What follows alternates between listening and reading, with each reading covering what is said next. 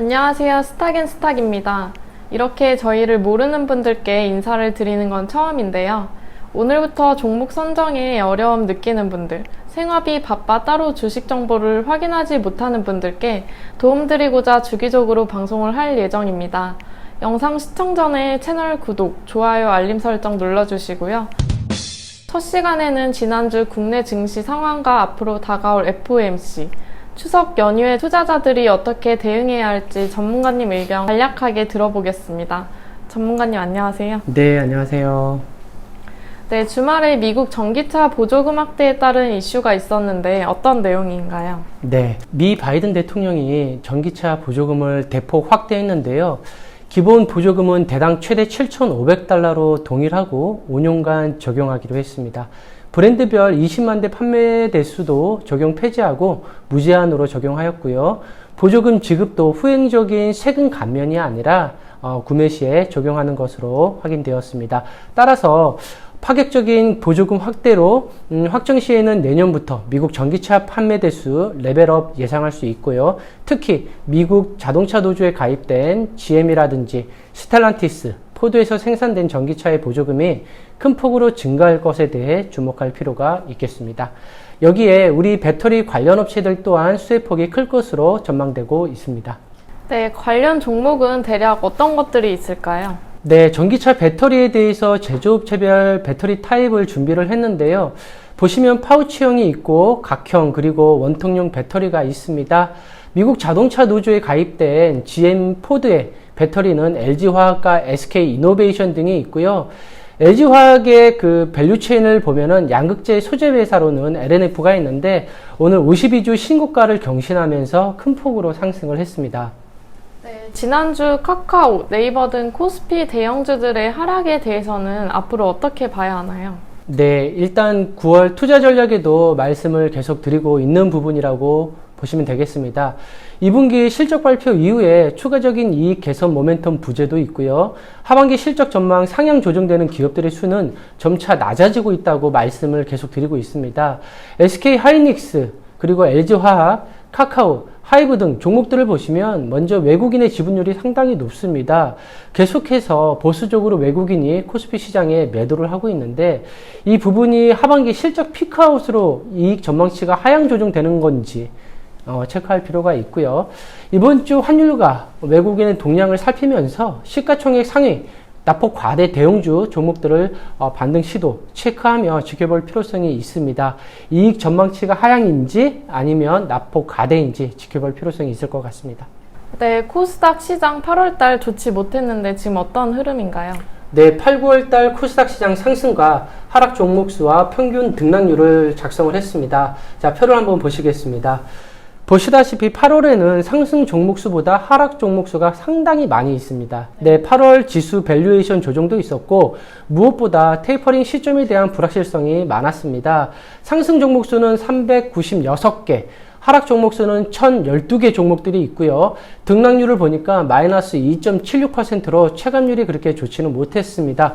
하지만 우리 회원님들께서는 상당히 수익률이 좋은 걸로 알고 있습니다. 9월 지난주까지 내용들을 좀 살펴보겠습니다. 표를 보시면 9월에도 특이한 점이 있는데요. 상승 종목수는 485개, 하락 종목수는 913개 종목이 있고 평균 등락률이 0.02%입니다. 상승 종목수보다 하락 종목수가 2배 이상 많은데도 불구하고 평균 등락률이 0.02%라는 것은 종목과 업종별 차별화가 상당하게 진행되었다는 것을 말씀드릴 수가 있는데요. 추천드린 종목 수익률을 보시면 이해하실 수가 있을 것 같습니다. 지난주 수익 났던 종목들 보겠습니다. 일진다이아, 한국철강, 3기, E&D, 후성 등이 있고요. 특히 후성이 매수가 추천 대비해서 58%가 넘는 수익률이 크게 나왔습니다. 네, 다음 주에는 추석인데 변동성이 있을까요? 네, 투자자들이 궁금해 하실 것 같아서 과거 추석 직전에 주간 증시 동향을 표로 준비를 했는데요. 16년에서 19년까지는 코스피, 코스닥 크게 변동성은 없었습니다. 20년 작년 같은 경우에는 특히 미대선 불확실성이 존재를 했습니다. 그래서 수급적인 측면에서도 외국인 및 기관의 매도폭이 상당히 많았고요. 그래서 코스피 같은 경우에는 마이너스 5.54%, 그리고 코스닥이 마이너스 9%의 하락률이 있었습니다. 자, 21년 추석이 다음 주에 시작입니다. 증시가 내려갈 것이냐, 올라갈 것이냐, 이 부분에 우리 투자자들이 많이 궁금해 하실 것 같은데, 저는 크게 의미가 없을 것으로 좀 판단을 합니다. 그럼 다음 주에 21일, 22일 미국 FOMC 회의가 있는데 어떻게 보시는지요? 네, 8월 고용지표가 쇼크로 인해서 테이퍼링에 대한 시기적인 우려감이 조금은 해소되긴 했습니다. 그리고 9월 9일 발표한 신규 실업수당 청구 건수인데 시장 컨센서스가 33.5만 건을 예상을 했는데 이날 발표한 수치는 31만 건으로 컨센서스 대비 하회 발표하면서 8월 고용 쇼크는 일시적인 것으로 어느 정도 확인을 했습니다. 결론적으로 미국 고용시장 회복 추세는 유효하다 말씀을 좀 드리고요. 지난주에 발표했던 22 통화정책 회의에서도 양호하게 소화했습니다. 일단 9월 FOMC 회의에서는 테이퍼링 공식화 여부에 둘러싼 경계 심리는 상존하고 있다 말씀을 좀 드리겠습니다. 뉴욕 연방은행 총재 발언을 좀 살펴보겠습니다.